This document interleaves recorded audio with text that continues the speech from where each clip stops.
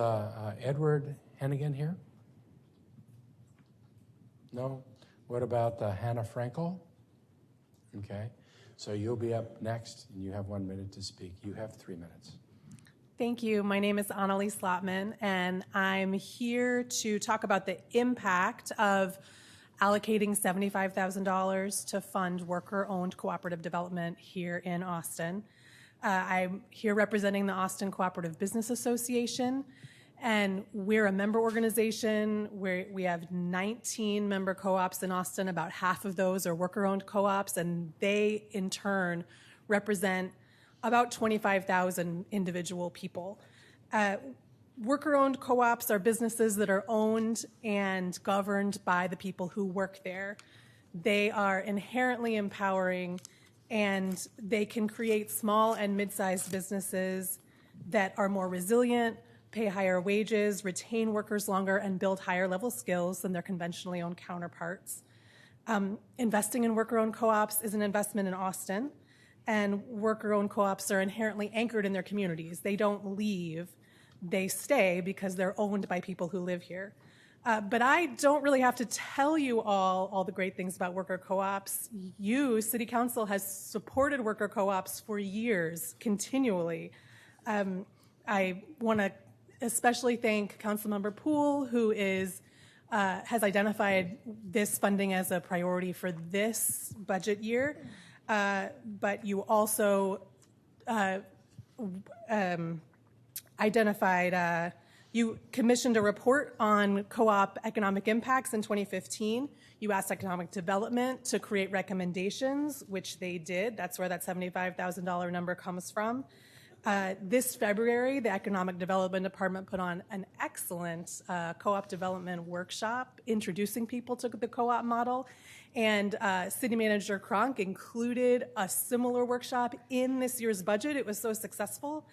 And we're really at the point where we've gone as far as we can without further funding. And so we hope that when people come to that workshop and hear about the great opportunities that worker co-ops present, the $75,000 for worker co-op development will create a system and a framework so that those people have some place to turn to create the co-op of their dreams, to take the next step and make an incredible, resilient, economically vibrant business for Austin.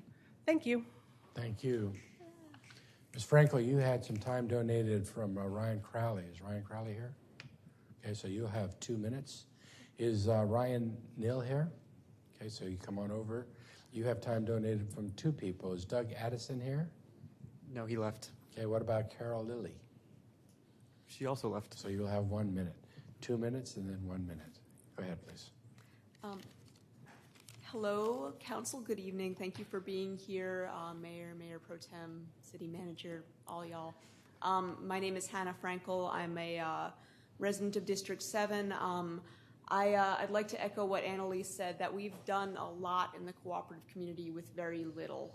We have been a pretty DIY community, and we have made amazing things happen for small businesses and cooperative housing.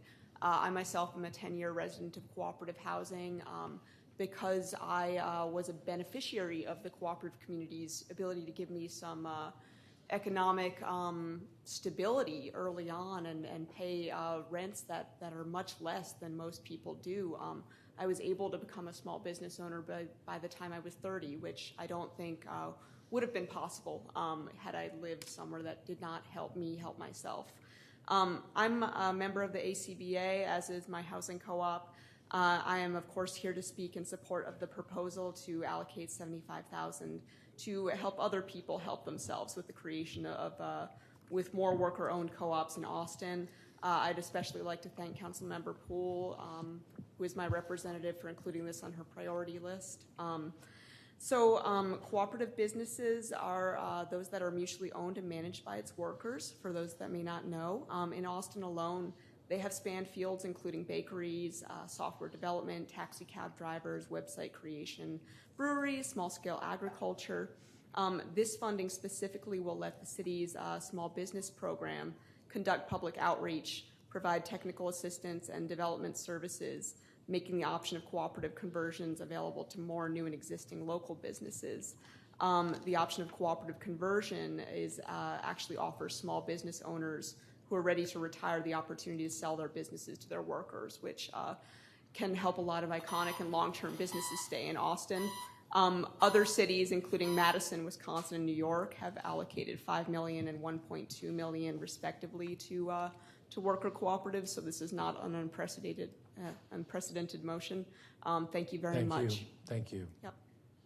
Mr. Ryan, you have 1 minute, and then after you, Rosie Sanchez. Is Rosie Sanchez here? What about Julia Von Alexander? What about Bethany Carson? Why don't you come on down, Carson? You'll have 1 minute when you come down. Go ahead, you have 1 minute, sir.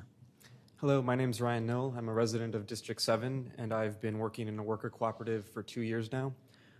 It's the Key Figures Cooperative. We're a tax prep, financial management, and bookkeeping co-op, and we were founded by 4 experienced co-opers. One of them had worked and founded a nonprofit that did worker co-op development. The other one was part of the failed Red Rabbit vegan bakery here in town. If you've ever had a Wheatsville donut, she invented the recipe for that donut. And the other one was one of the founders of the Black Star location, and she raised their capital. And of course, I've been living in housing co-ops for 10 years.